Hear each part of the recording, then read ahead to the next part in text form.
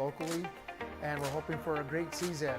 If you guys are interested for a free HVAC quote, you can call us.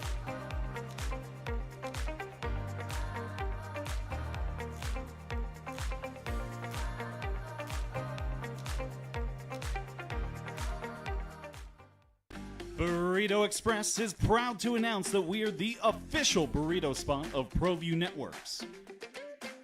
Since 1982, with 6 locations serving Albuquerque, Rio Rancho, and Roswell,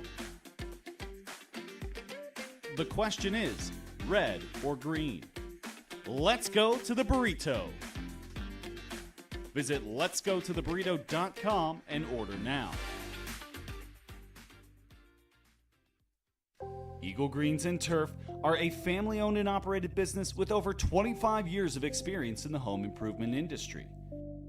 They are your exclusive dealer of celebrity green, synthetic putting greens, and artificial turf. They also have artificial turf that is specifically designed for your pets. Eagle Greens and Turf are proud sponsors of ProView Networks and can make your lawn green all year long at 505-273-2744.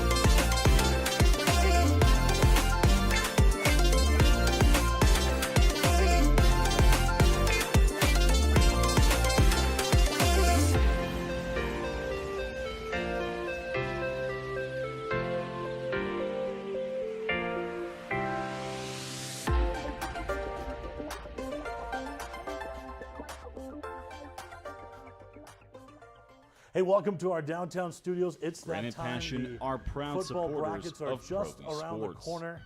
We're almost Located set to at release them. We're 1309 talking through 12. those.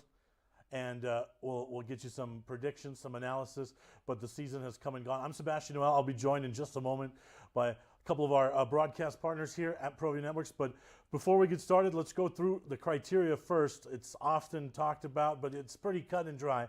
Finish in regular season district play, head-to-head, overall record, max preps, Freeman rankings, member school input, and if there is a tie, then it goes to head-to-head. There often is not a head-to-head, so then the max prep, Freeman rankings, the strength of schedule ranking there, that will come into play as the tiebreaker. We know what all of those are except that last one, that member school input.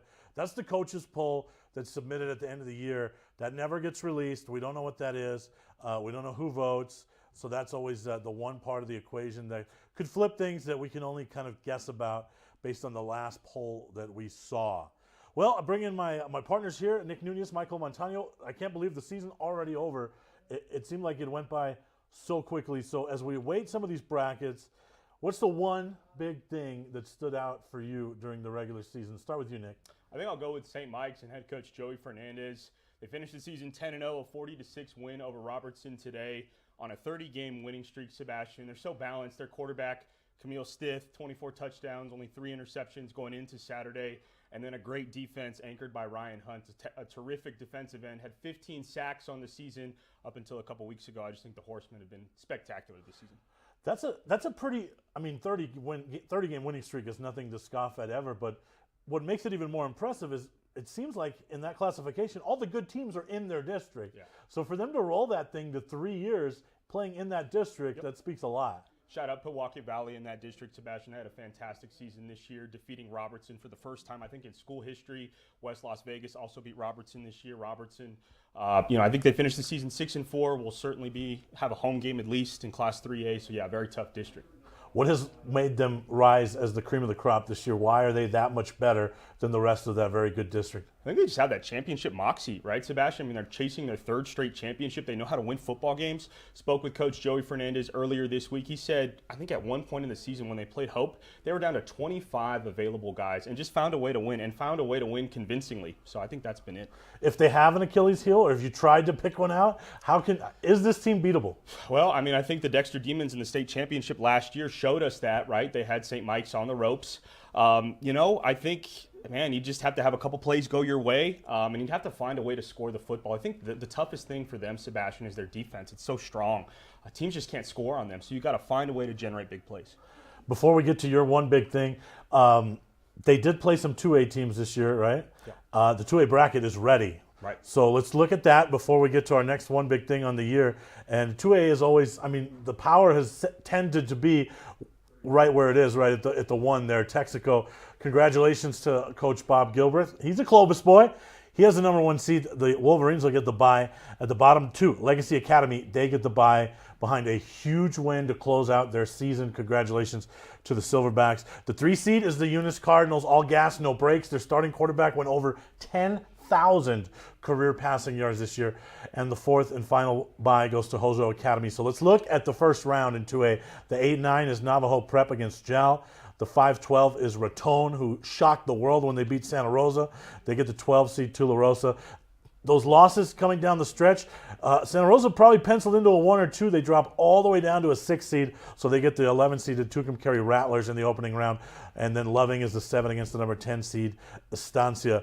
Michael, as you look at that bracket, first let's talk about that little bit of a free fall for Santa Rosa. Can they right the ship as the bracket starts now? I mean, they got an easy first-round game against Tucumcari. You've already blown them out this year, but it's that second-round game against Eunice. That's where it's going to be a dogfight for them. And a Santa Rosa team that likes games to be low-scoring, Eunice does not. Yeah, Eunice so do they have the likes to firepower to keep up with Eunice if it gets to that? Well, the one thing for Santa Rosa is in order for them to win that game, they got to shut down Eunice quarterback. If they can shut him down, I think they can win it.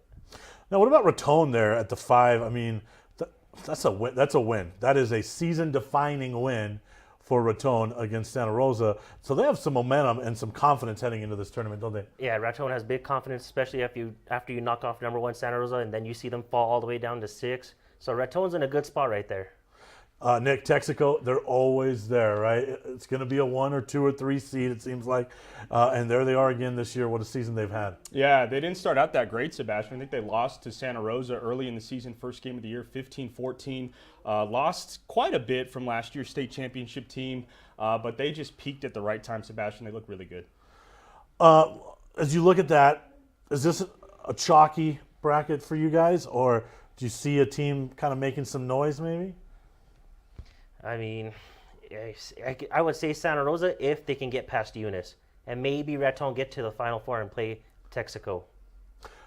Legacy Academy, man, that's like an infant baby. Are they the real thing, Neil? Can they get this going this year already? New coaching staff this year, right? I mean, for them to beat Santa Rosa, I think in the final game of the season, just kind of one of those grinded out teams, Sebastian, a metro area team. So, yeah, I like them at the 2 seed. Lastly, Jal traditionally, I mean, they're always competitive. A 9 seed, do they have any trouble? I mean, to me, that's one that probably is. Are they a slight favorite there?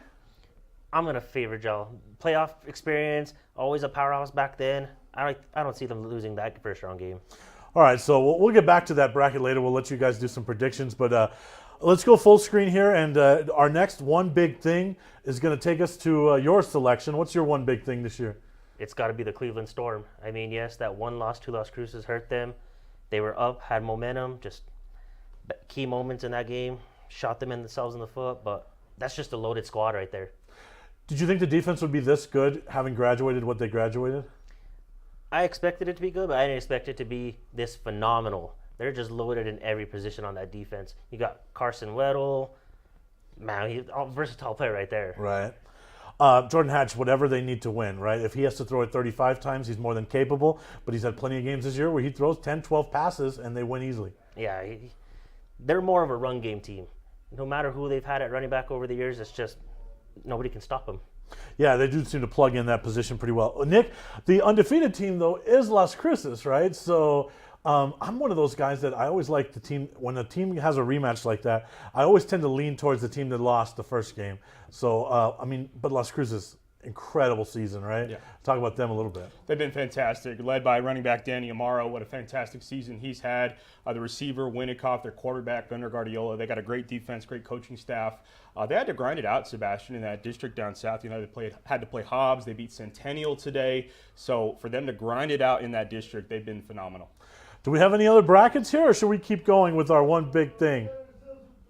All right, so before we go back to our final one big thing, I'll have one as well. Let's look at that 3A bracket. We talked a little bit about St. Michael's earlier, but let's look at the bracket as a whole, and let's see kind of where these teams all slot in, right? When one district is always so heavily represented, that kind of makes things a little tricky. But the byes, the number 1 seed, St. Mike's, no surprise there. The 2 seed is Dexter, the Demons. The 3 seed's Hope Christian. And the number 4 seed is Pewaukee Valley. By the way, I want to congratulate Pewaukee Valley. I was talking to Athletic Director Sean Jimenez earlier in the evening. This will be the first Pewaukee Valley home playoff football game in their school's history. So what a job. Those are the top 4 teams. Let's look at the first round matchups first, though. Robertson gets Hatch Valley in an 8-9 matchup. The 5 seed is Nimi. They get Wingate at the 12. The 6 is Thoreau against the 11 Hot Springs. The 7-10 is West Las Vegas and Ruidoso. Michael, first round, break that down a little bit for us.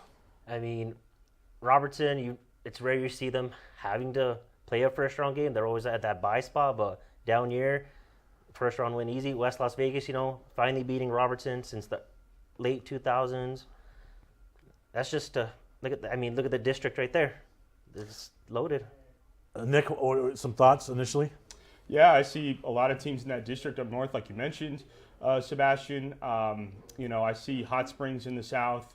St. Mike's at the top, like we talked about. Hope Christian, a team that we haven't talked about yet. They got a really good quarterback in R.J. Montano. They can score some points.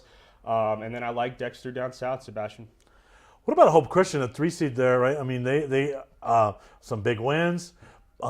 Some games that I thought were closer than they should have been as well, right? I mean, can you fault the team for being in closer games than we think they should be? I mean, I don't think you can. So, what's the potential of are there any upsets anywhere on that left side in the first round that could maybe give a team a scare in the quarterfinals? Maybe the Hatch Valley over Robertson. Robertson not as heavy loaded as they usually are under new coaching staff. I don't see them going past the first round. What about, to me, 3A to me is always just that one district, right? That's where the power is. So you really have a hard time making a case for a lot of upsets in 3A. That's my take on it anyway. Nick, what are your thoughts on that? Yeah, I absolutely agree with you, Sebastian. I think we kind of know who the top heavy teams are. But yeah, I think, there is a potential for some upsets. One team I like, Sebastian, Ruidoso, for them, just what they've gone through as an area, all the natural disasters, 30 kids, I think, brand new this year, new coaching staff. So shout out to them. But I think we know who the teams are in 3A. Right. Before we go to 4A, we'll go to that bracket in a second. Let's go full screen for our final one big thing. My one big thing is going to be St. Pius. Love this Sargent's team. I've loved them since the start of the season. Did not love the way they played in the first half of the season at all, actually. I just think they weren't beating teams out. They weren't stepping on teams' throats when they should be. I was starting to wonder if they had that little bit of killer instinct. I was on a podcast with James Yotis where we kind of talked about that a little bit. Then they go out that very week and they lose to Academy. But I think that was the wake-up that they needed because since then, on a roll. And I don't think you can make a case that there's a more talented 4A team on either side of the ball. Offensively, obviously, with their weapons. Herschel Holloway Jr. went off again today. Cale Cox-Liggins, I'm a huge fan of his. We know what the quarterback brings. But defensively, I think they get really, they don't get a lot of press defensively. Huffmeyer's an amazing linebacker. You know how you can tell you're a good DB?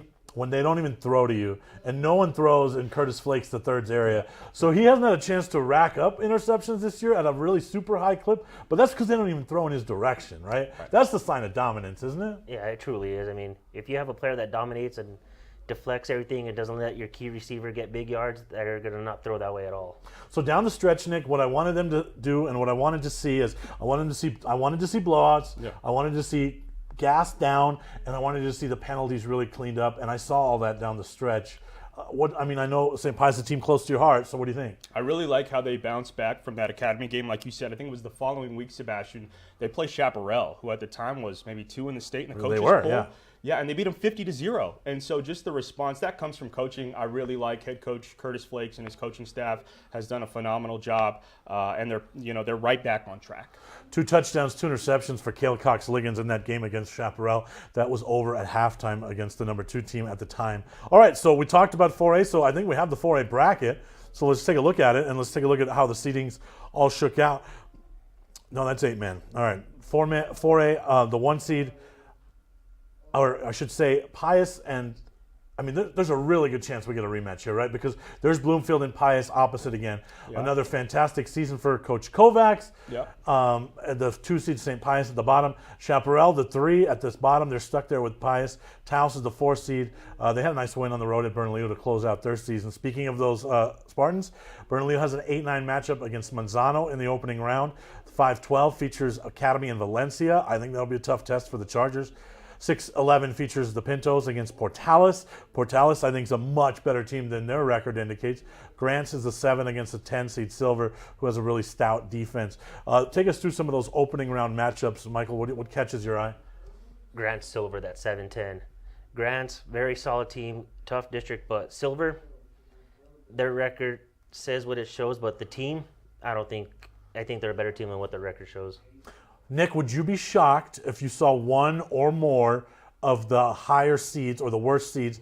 If you saw Manzano, Valencia, or Portales, if you saw 1, 2, or 3 of those teams win in that opening round, would it totally shock you? I think Silver. I agree. Football culture down there, Sebastian. They've played in a tough district. They've been in some close games. Valencia, I think, started the season out pretty well. Kind of didn't finish the season that great. And Manzano, man, I just never know who shows up with them. They go through 3-game losing streaks, then 4-game winning streaks. So, Bernalillo is a team that I saw earlier in the year. Started the season 3-0, and then have kind of been up and down since. I'd probably have to go with Silver, Sebastian. Portales is a bit of a head scratcher, right? The record's not great. They have a signature win on their schedule. I thought they'd be a little better this year. Injuries was a part of that, right? But can Portales give Moriarty a game there in that opening round? I think they can. They had to battle with 3A West Las Vegas. Even though they did lose that game, it was a dogfight the whole game, so there's no quit in them. What about, is this chalk here? Because those top 4 teams are good, really good. Or does Academy have a chance to kind of get through that 5, sets up that 5-4 with Taos? We've seen Academy at their best when they played Pius.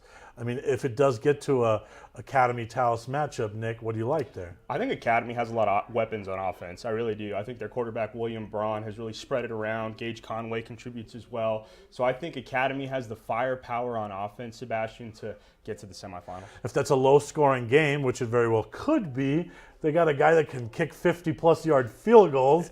That always helps, doesn't it, Michael? That's a big thing. If you got a guy that can make long field goals, I think you're set.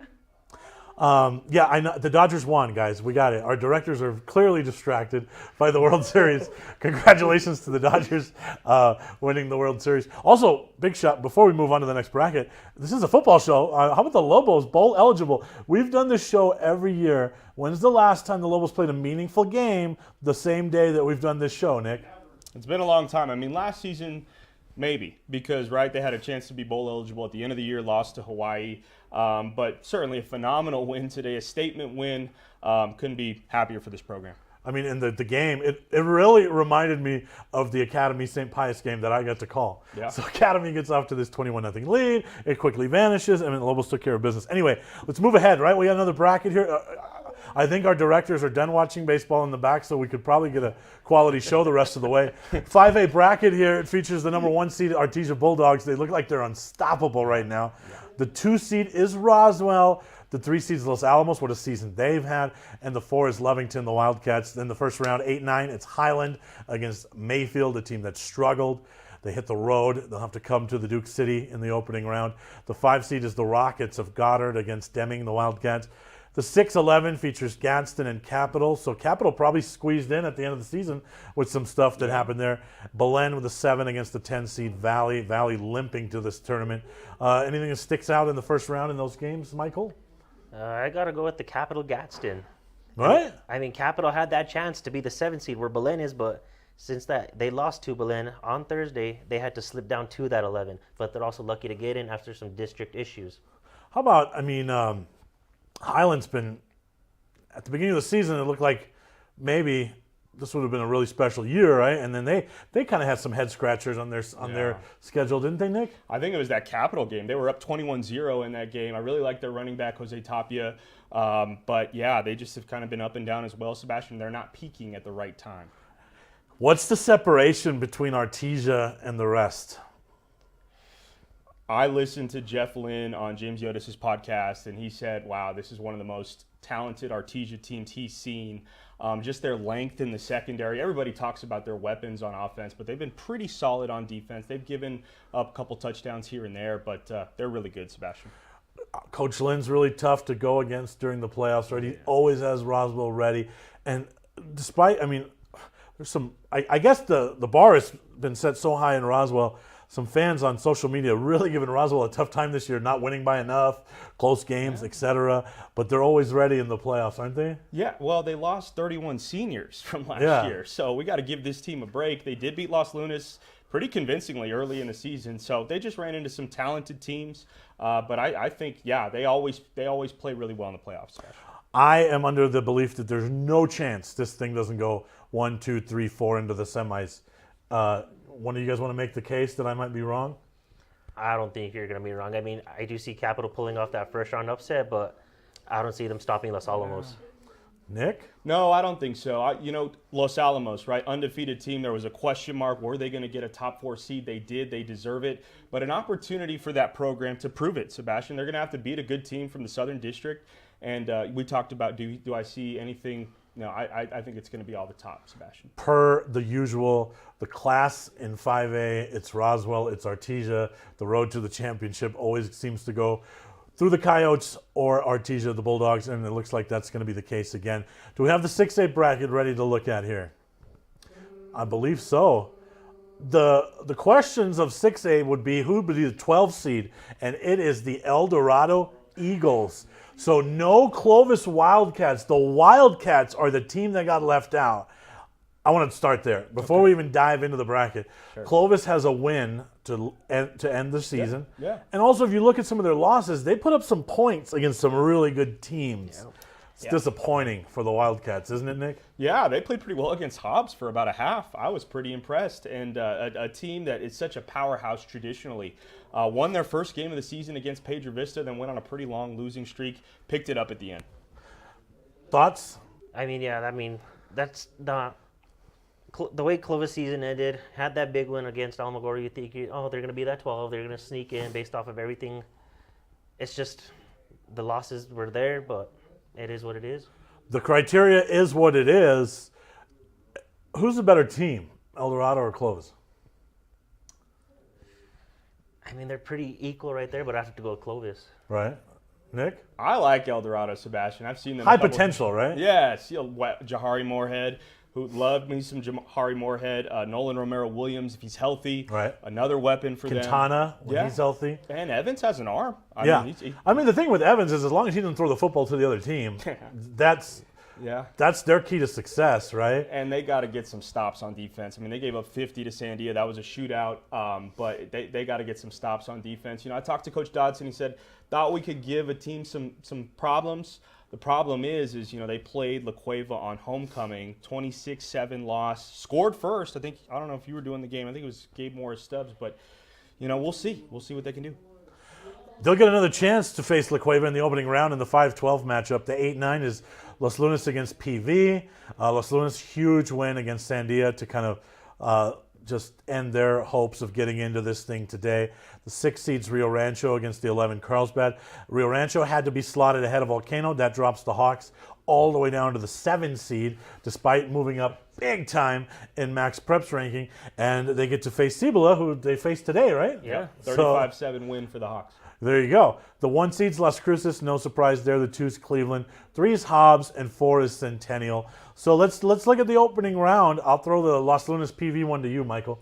That's a good matchup here. That's going to be a dogfight, I think. PV is not a team you should be sleeping on. Yes, they did miss some starters in a district game against Cleveland, but they have solid wins. They beat Bloomfield. That's a key win for them. I'll throw the La Cueva El Dorado at you, Nick. And I mean, usually I can't remember a season where I do 2 La Cueva games at the beginning of the year and then I never see them again. Yeah. But that is how absent they were from our My 50 schedule because of that early drought, right? Sure. But they certainly righted the ship. But preview that 5-12. Yeah, I like La Cueva a lot. I think their defense, led by Kinghorn, he's had a couple interceptions, a couple pick sixes this year. I think defensively they've been good. I really like their front four. They generate a lot of pressure on the quarterback. Offensively, they've kind of been a little up and down. The running back Hathaway's been solid for them. They've been able to get it to Igor out on the perimeter. I like La Cueva in that matchup, Sebastian. Rio Rancho, Carlsbad in a 6-11. Rio Rancho, there's a lot of question marks there. We saw after the game when we were going off the air on the game of the week, we saw Takahashi in a sling. We don't know how serious that is. If he's hurt, it's an 8th grader at quarterback in the opening round against Carlsbad. Yeah, that's going to be a big loss for Rancho if he doesn't come back. But the way it looked on Thursday when he threw that interception, something just looked off on his shoulder and something didn't seem right. Yeah, so I mean can you imagine what were you doing as an 8th grader? Were you ready for a first round playoff game, Nick?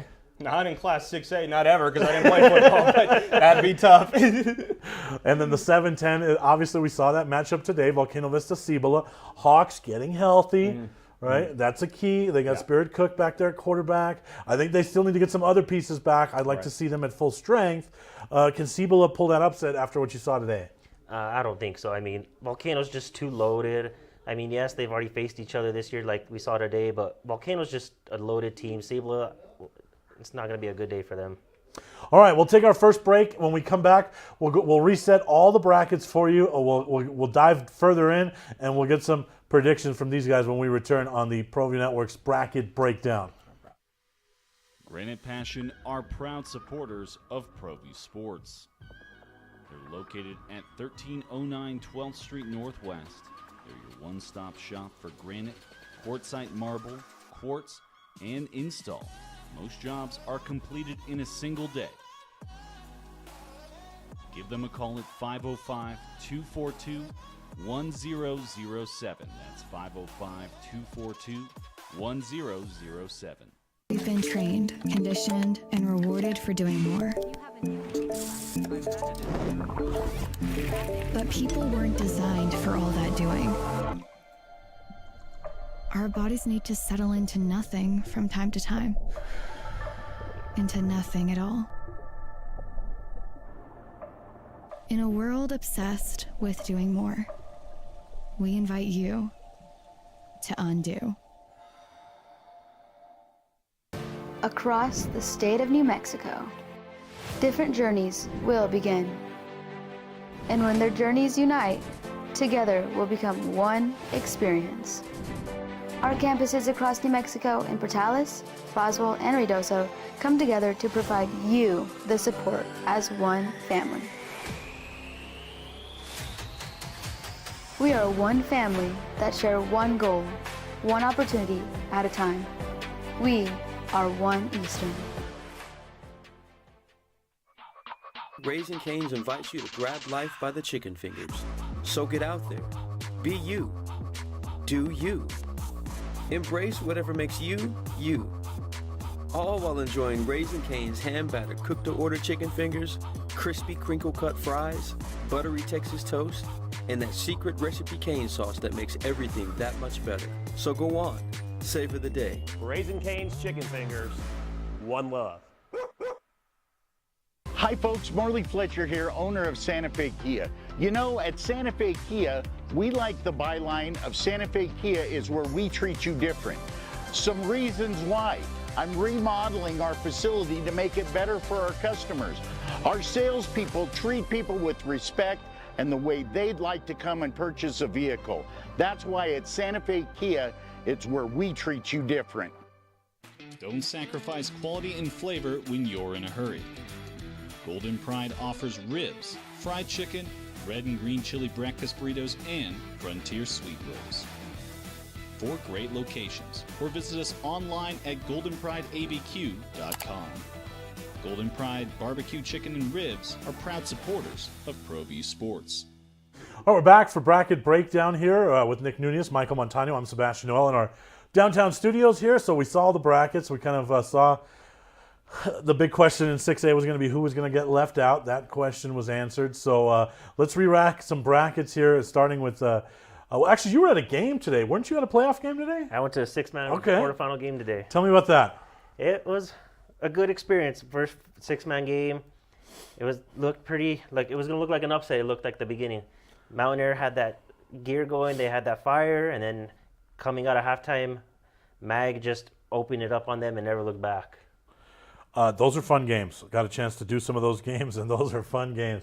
That vibe, that environment, especially when it gets to championship time, small community, right? The whole town's there. Usually they don't charge for concessions. It's just a barbecue at the beginning. Yeah. It's a fun time. Yeah, it's a very fun time. You've experienced it. Oh, yeah. I went to Roy Mascaro a couple years ago with Leroy, and yeah, it's a great atmosphere. Great food, too, right? Homemade, home cooking, great food. Got a chance to go to Floyd before for a game. I've done one of those in Melrose. So yeah, those are pretty cool environments. All right, let's look at that 2A bracket if we can, or if you want to, Jason, if you want to throw up those 8-man and 6-man, we can go through those even though they're in progress. We can at least look at them. However you want to go there. So there is the 6-man. So again, these quarterfinals took place today. The game you were at was the 3-6 Magdalena. So often these end up being chalk 1-2, right? Yeah. And if that's the case, Grady Logan should be a really good matchup. Yeah, they face each other this year. Grady got ahead of Logan by 2 to win that game. So it's going to be an interesting championship if they can meet up with each other. Nick, have you been lucky enough to make the trip all the way down to Animas before?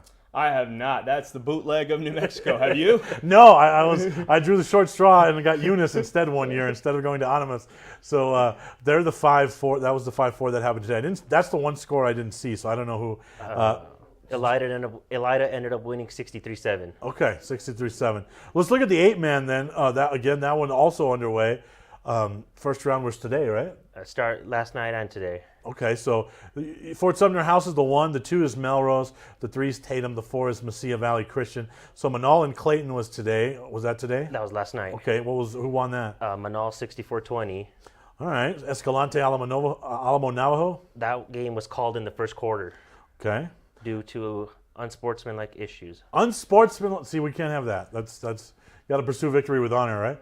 The 6-11's Gateway Christian against Hagerman Lake Arthur, and then Lordsburg and Cuesta. Did Lordsburg move on there? Yes, they ended up winning by 8. All right. Can you see a 3 or 4 here, or are we getting Fort Sumner House against Melrose? We're getting that 1-2. I don't see nobody stopping Fort Sumner House or Melrose. You've seen those teams before, Nick. I know that. Not last year, right? I did not see those teams. Oh, I thought you were the guy that went to Melrose. Okay. Well, the Buffaloes, I talked to Coach Hatley at the beginning of the season. He said, look, we're going to have a loss or two at the beginning. And then in his typical way, he said, and then we coming. Yeah. And that's exactly what Melrose has done, right, Michael? Yeah, that's exactly what they've done. I mean, he's true to his word, had some losses, but look where they're at now. He just knows how to win, right, Sebastian? Yeah. He knows how to win in basketball. These are kids that play together. I like the way they're playing. Fort Sumner House, that's their natural rival, too, so that would be a pretty special championship if it gets there. All right, now the 2A, so we'll go through some predictions here. The first round, the 8-9. Well, Michael, I'll let you start here. Who do you like in that 8-9 matchup between Navajo Prep and Jal? I love Jal. I mean, former powerhouse, but that's a football program down there. That's just like a football town. Nick, are you going Jal there or Navajo Prep? Same. I remember when Jal won the state championship a few years back. They know how to win football games, and I like Jal. Did you get that text at 5 a.m. from Marty the next day with the pictures of the train and all that? No, I did not. I was not lucky enough to I get can that. pass him your number if you need. Okay.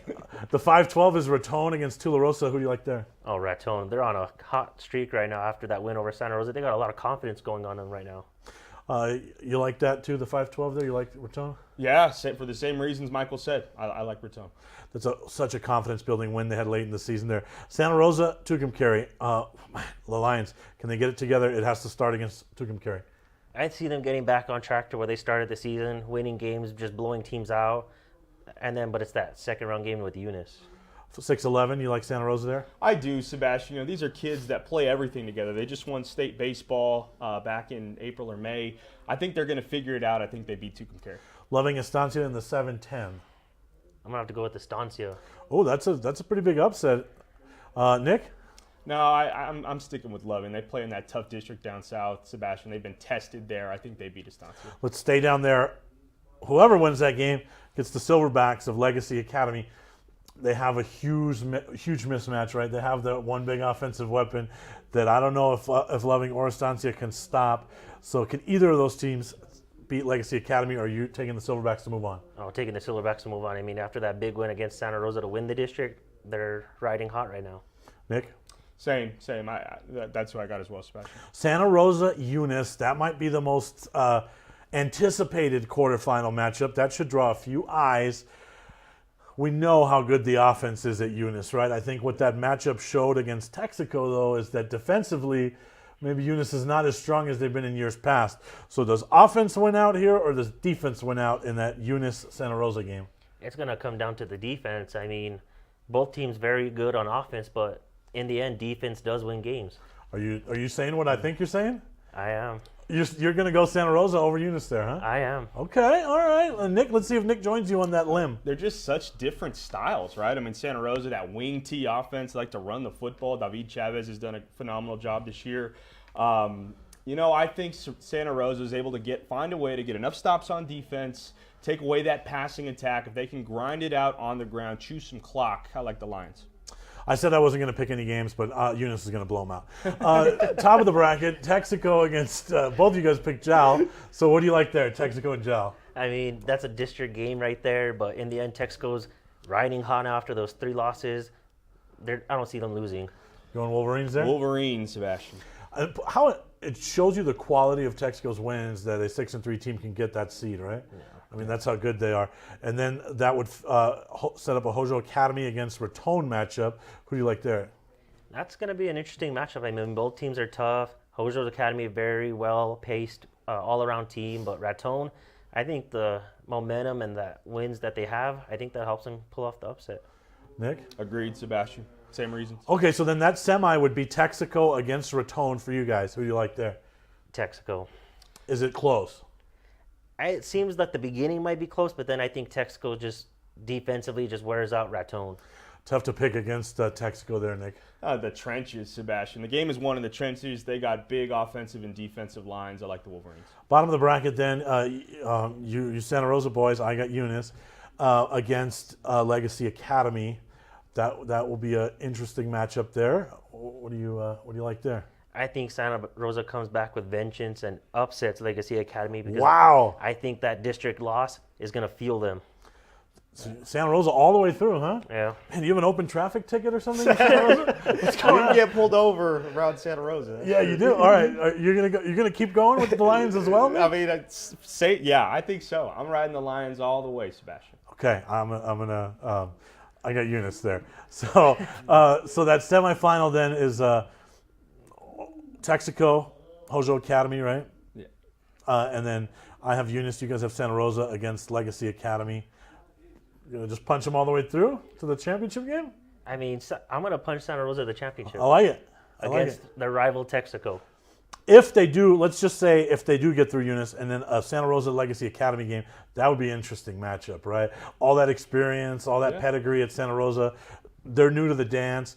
Are you going to punch the ticket for Santa Rosa all the way through as well? Lions beat them last year, Sebastian. I think in district play, lost last game of the season this year. But if they figured it out in the first couple rounds, they're going to figure it out by then. So I got them. All right, so you guys have a championship of Texaco against Santa Rosa. And the championship game, the 2A champion is? The Lions. I love it. I mean, if you're going to go this far, you got to take them all the way, right? The purple pride for the Lions. All right, Nick's been following you every step of the way. And I mean, for the same reasons, I called the championship game out there in Santa Rosa last year, and I watched the Lions lose 50-0 against Texaco. They figured it out in the first game of the season, Sebastian. Nobody expected them to win that game. Yeah, nobody. They fell apart at the end of the year, but I think this coaching staff is going to figure it out, get together. They're just off a state championship in baseball. They got the monkey off their back. I like the Lions in the championship over the Wolverines. Wow, a couple of Santa Rosa Lion picks to win the championship. I will take Texaco over Eunice in the championship there in a high-scoring 2A championship game. All right, let's move ahead to 3A. Again, I think this is always pretty chalky, but 8-9 Robertson against Hatch Valley. Michael? I could see Robertson winning, but it's going to be a tough day for them just having the down year, not that offensive and defensive loaded anymore, new coaching staff.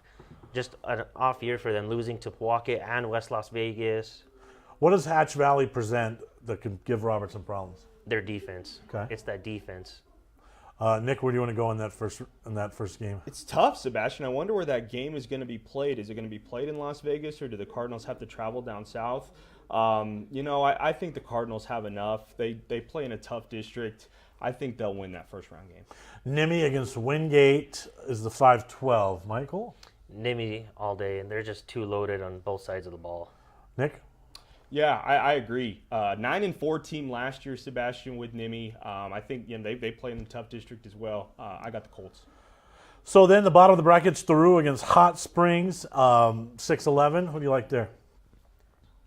I'm going to have to take Hot Springs. Oh, the Tigers, upset alert here, huh? I'm taking the Tigers. What makes you like that Tigers squad? I mean, they've been to the playoffs before. They've made, an increase of what they were last year, and I think they're just riding on a good run right now. Nick? Traditionally a basketball town, right, down there in Hot Springs, but I think they've picked up in football the last couple years.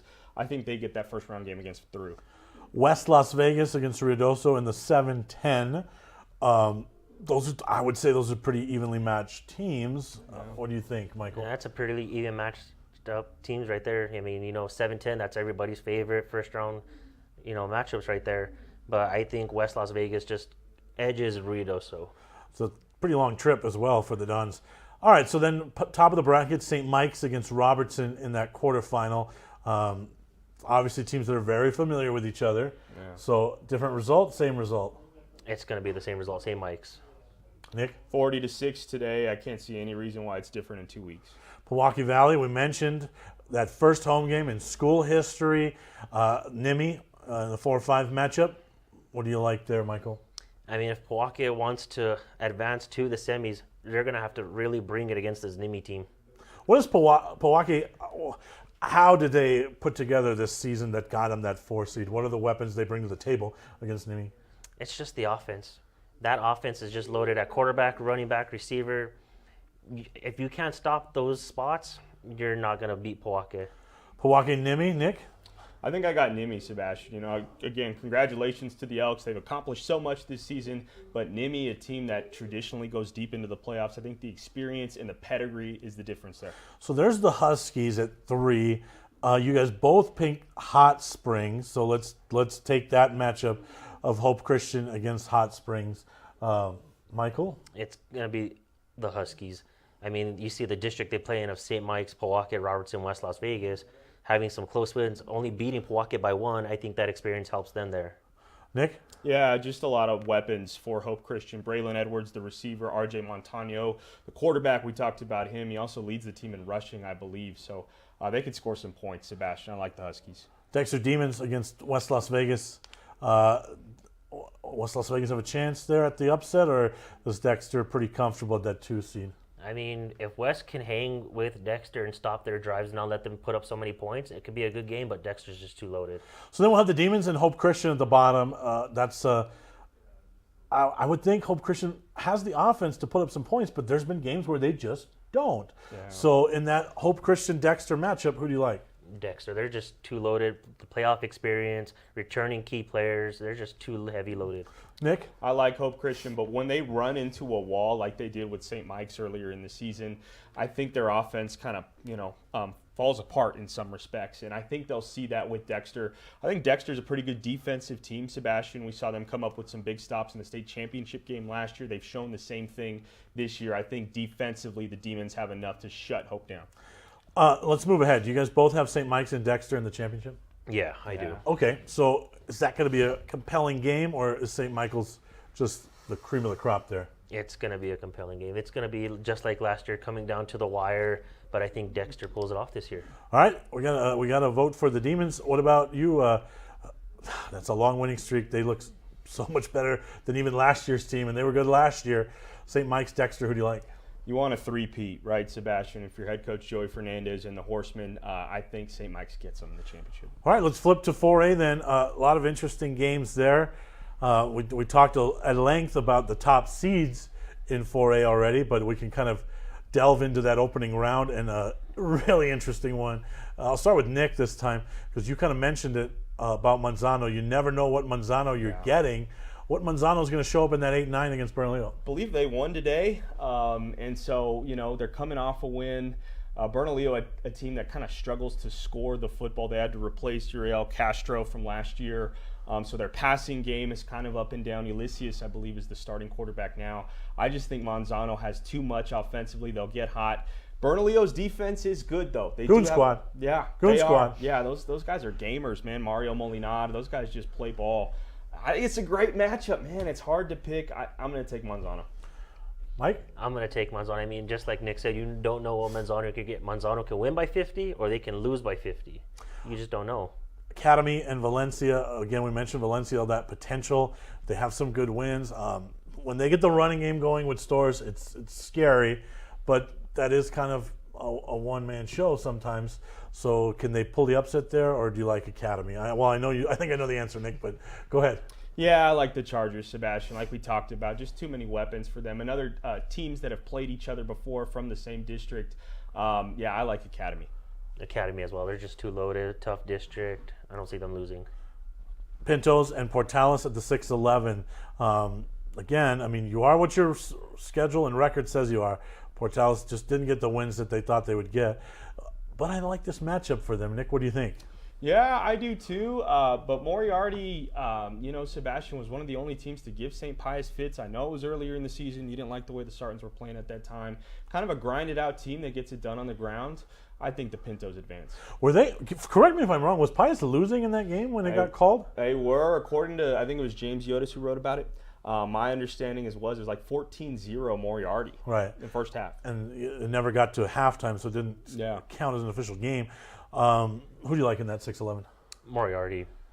Okay, the 7-10 is Grants and Silver. We talked a lot about, I think you guys both kind of mentioned the quality of both those teams. Nick, who do you like? Yeah, Grant's another team that, they played Pius pretty tough earlier in the year, at least for a half. They've got some good wins to their resume. The only team to beat Dexter, who I know is in a class below them. I think, we talked about Silver possibly being the team to advance, but I got the Pirates. All right, so then back to the top, Bloomfield against Manzano. You guys both picked Manzano there. Bloomfield, I did not think they'd be this good again with what they graduated. Yeah. But, I mean, they are just as good as they were last year. Any chance that Manzano there finds the magic in the quarterfinals? Nick? I don't think so, Sebastian. No, I mean, Manzano has the firepower to score points, but this Bloomfield defense, man, they just hanker in. I don't know what their statistics are, at least in district play. I know they dropped one to Pedro Vista earlier in the season and ended the winning streak, but the Bobcats just have too much. Yeah, Bloomfield's just too loaded. That playoff experience, championship DNA is built in them now. I don't see them losing. Taos against Albuquerque Academy. I think that's an interesting matchup there, Nick. Yeah, I think so too. Taos, team that won today, they beat Bernalillo. I think the Tigers looked at the end. I think they've won like 4 games in a row or something down the stretch. They're peaking at the right time. What do you like there? I'm going to take the Chargers. All right. So, and Nick, who's your pick there? I'm going with Taos. Okay. Bottom there is Chaparral awaits the wounded 3 seed. After that game against Pius, they'll get the winner of Moriarty and Portales. Who do you like there, Nick? I'm going with Moriarty, Sebastian. I know a team that's kind of been up and down. I believe these teams are in the same district. I think the Pintos get them in the quarterfinals. Michael? Yeah, I'm going to Pintos in the quarterfinals. Chaparral, was the number 2 seed team at the time, but that 50-0 loss to Pius, I think, kind of drove a knife into them a little bit. Now, their starting quarterback was hurt in that game. He did not play, and I don't know if he's back or not. So that certainly will make a difference, I would think. St. Pius against whoever. What do you like there? I mean, I have Silver pulling off the upset, but that Pius team is just too loaded. I got St. Pius, Sebastian. All right, so then we kind of go to the top there, potential Bloomfield-Taos matchup. Michael, you would have Bloomfield against Academy. So let's start with Nick and your Bloomfield-Taos matchup. Who pulls that out? Bloomfield for sure, Sebastian. Just too much. They're going back to the championship game. Yeah, I have them going back to the championship game too. Can we safely navigate to the championship? Do we all have a 1 versus 2 in that championship, Nick? I think so, Sebastian. 4A has a lot of depth. There's some teams that got left off the board, particularly in St. Pius's district. But I think at the end of the day, we know who the 2 best teams are. It's Bloomfield and St. Pius. And does it end the same way? Great question. Great game in the first half with St. Pius and Bloomfield last year in the state championship. Bobcats just too much. You think about the only game that Bloomfield lost this season to Pedro Vista. It was a close game, but the Panthers had enough defensively. And, Bloomfield, a brand new quarterback this year with Manuel Chavarria. He took over for Blake Spencer, has done a phenomenal job. He's thrown less than 6 interceptions, I think. It's tough to pick, but you know what? I think this is the year that St. Pius gets it done. Michael? I think Bloomfield repeats. They're just too loaded. I mean, yes, they had to replace some key players that graduated, but it looks like they haven't missed a step at all. I think Pius is a team that, I think, to steal a line from Coach Eck, right? Coach Eck always says Lobos can't beat Lobos. Pius is the team that can beat Pius. So as long as they're not beating themselves on that day with penalties, they've started to play complementary football. I think I really like. This is the year, right? They take that step. They're still so young. They're still juniors. That experience of having already faced Bloomfield, I think it could pay off. All right, let's move to the 5A as we have our final bracket, or 2 more brackets to go. Apologies. Highland Mayfield in that opening round. Let's just see. Do you guys have any upsets in the opening round that you want to pick? I'm going to take Capital over Gadsden. No, you take Capital over Gadsden, Nick? If I will take that one as well, Sebastian. All right. Is there anything funky in the quarterfinals, or are we top 4 seeds through? Top 4 seeds through. They're pretty strong top 4 seeds. Nick? Yeah, I think so, Sebastian. I look at those 4. Yeah, I don't see anybody beating them. All right, so then if we move to the championship, I think this is another one of those brackets where a 1-2 is a high probability, right? Yeah, very high probability. Yeah, again, question mark, Los Alamos, Roswell, right? Do the Hilltoppers have enough to beat a team from the South? Their running back, Herrera, phenomenal this year, over 2,000 yards. And Roswell losing 31 seniors. I know, obviously, a lot of respect for Coach Lynn. I'd like to see the Hilltoppers in the championship, so I'm going to pick them. All right, and then in that championship, Artesia and the Hilltoppers, I know you're not going an extra step there. No. So you got the Bulldogs. No, I got the Bulldogs. In Bulldogs your championship? well. Bulldogs over Roswell in your championship? Okay. Yeah. That would be a fantastic matchup, that's for sure. All right, let's move to the 6A bracket then as we close out the proceedings here. Los Lunas PV in the opening round. That's a very tough matchup. You talked about it. Are you going to go and put PV through on paper? You talk about how tough PV is. Do they beat Los Lunas in the opening round? I see them beating Los Lunas. I mean, if they can beat a tough Bloomfield team, I can see them pulling off the upset, but they won't get past Cruces. Nick? These teams played last year in the playoffs, if I'm not mistaken, and it was a game that went down to the wire. Los Lunas pulled it out at home. So I got the Panthers this year, Sebastian. Wow, okay, both of you guys. All right. Any other first-round matchups there that you could see an upset happening in that you want to go ahead and actually call? Yeah, well, maybe Cibola, right? Courtesy of our director, Jason Pohl. I mean, this 35-7, you think Coach David Howes, with all the experience he has, state championship head coach, I think he figures it out. I know Cibola played well kind of midway through the season. Hayes Baum's been spectacular for the Cougars this year. But no, I think Volcano Vista wins that game. If Takahashi's hurt, are you guys going Carlsbad, or do you think Rio Rancho has enough? Because I think he's hurt. He is hurt. I think he's hurt too, but that 8th grader does not look like an 8th grader. He looked phenomenal. He looked phenomenal for an 8th grader. Showed confidence, but it's going to be a tough test for him in a first-round game. Because the Carlsbad team, that's defense is pretty good. Yeah. All right, same if Takahashi's hurt, are you taking Carlsbad or are you staying Rio Rancho? I think Rio Rancho has enough weapons, Sebastian. Parker Miller, phenomenal receiver. Rolston, the running back, pretty solid as well. Takahashi, arguably one of their better weapons. But they find enough to get the balls to the players in space. I think they can win that game, even if Takahashi's hurt. I do think Takahashi's hurt, but I think their defense will get a chance to shine in this opening round matchup, right? Yeah. And they got embarrassed a little bit at the hands of their crosstown opponent, Cleveland. Notice how I didn't call it a rival. Chance for the defense to bounce back and show off a little bit here. All right, anything in the quarterfinals that you want to kind of go on a limb out on, or? No, I don't think so. I think it's, for me, other than Pedro Vista, the higher seed, I think it's chalk across the board. Tough break for Volcano to have to slot all the way into 7 because they had to be slotted behind Rio Rancho. But then that draws a second-round match or a quarterfinal matchup with Cleveland, and that's obviously been their they haven't been able to figure out that puzzle. Yeah. So can you make a case for anybody outside the top 4? La Cueva. Okay. Do you think the Bears are going to get hot here, huh? I think the Bears are getting hot here right now. They're on a high B. I see them going and beating Centennial, and then it gives them a tough matchup with Las Cruces. Okay, all right.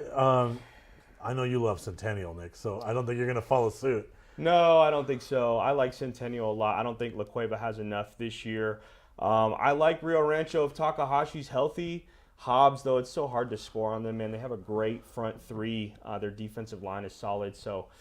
And who's playing better football right now than Hobbs? I mean, we didn't really talk about them much, but down the stretch, and then you have championship experience with Coach Stevens. He won those titles at Eunice. Right. I mean, they're red hot into this tournament. All right, who do you have in your championship, Nick? I'll go Cleveland, Las Cruces. I know that's the easy pick. I mean, Hobbs. I'm not saying Hobbs couldn't beat Cleveland. I don't know if those. I don't think those teams have played this year. The Storm, since they lost to Las Cruces, Sebastian, have looked kind of unstoppable. So I don't think I can pick against them.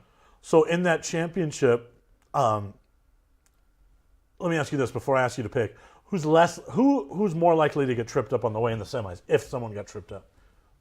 I would say Las Cruces. I think their defense has given up some points in the latter half of the season. I can't remember who Centennial put up 21 on them today.